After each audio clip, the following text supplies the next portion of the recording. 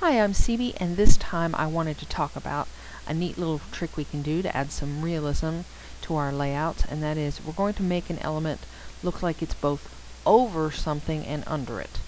As you can see here, when we play with the layers palette, we can, by default, we're currently going to be able to make something look like it's either on top of it or below it. For instance, this W right now looks like it's sitting on top of the tag, but if I change the order here and drag it below the tag, then the whole thing is being covered up. So what I'm going to do here is first I want to move this back up to the top. I want to make it look like it's got part of this W here sitting below the tag, as well as most of it though is above it.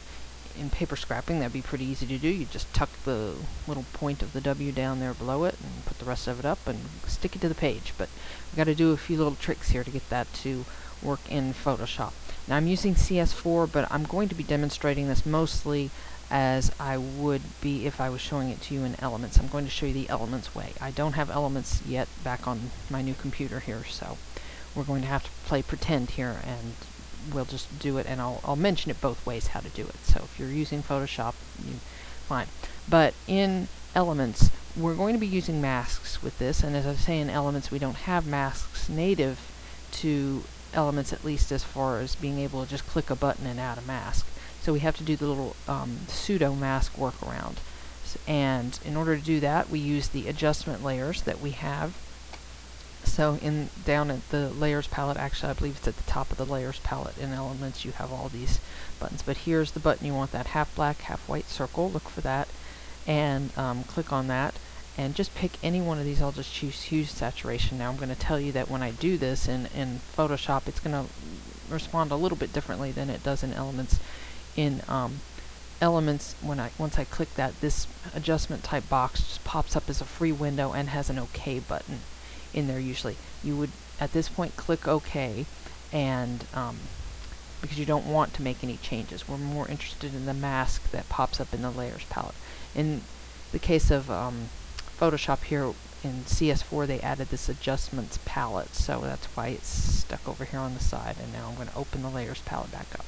After you click OK, then this is what you see in your layers palette. Now you have this hue and saturation layer that has a mask attached to this layer, and that's what we're mostly interested in. So I actually want this layer below my W, below the item you want to make go over and under. So I'm going to click, hold the mouse, drag and let go below the W so that now it's below it. And the last step of getting this mask to work with this layer is to create the clipping group that we use. Sometimes you use it in templates and things like that. So I want to click on my W layer, and if you're using Elements, it will be Control and G. If you're using Elements on a Mac, it should be Command and G. In the case of Photoshop here, I have to throw an extra shortcut key in here. It's actually Control Alt and G, which would be Command Option and G on a Mac.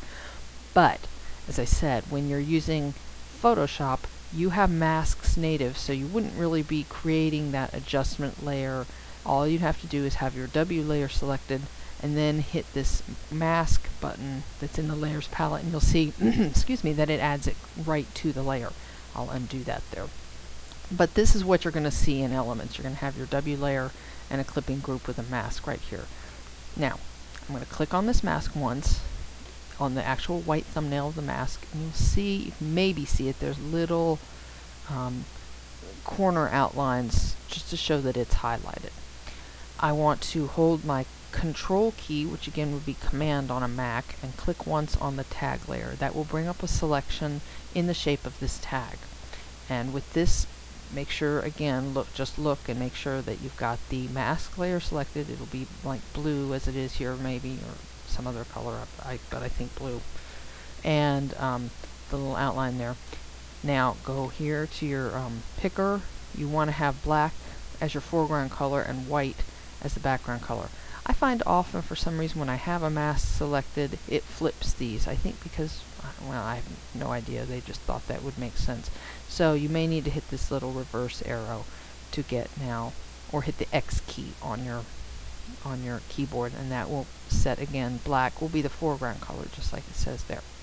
So with that layer selected, we hold down the Alt, which would be Option on Mac, and the backspace, which I believe it's Delete. So should be Alt Backspace on Windows, Option Delete on a Mac, and hit them together.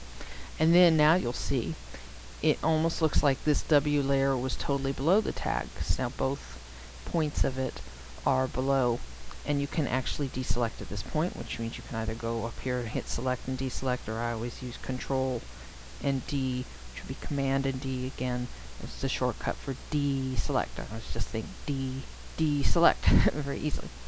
So now again, we've got to just do one more thing to get this to be actually over and under, and that's again with this masks layer selected. Now we're going to go back and have white as the foreground color.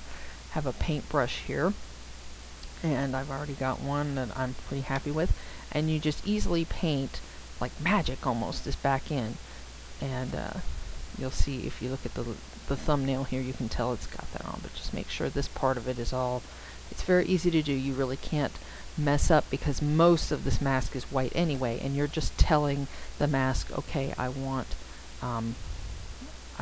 this back into the thing.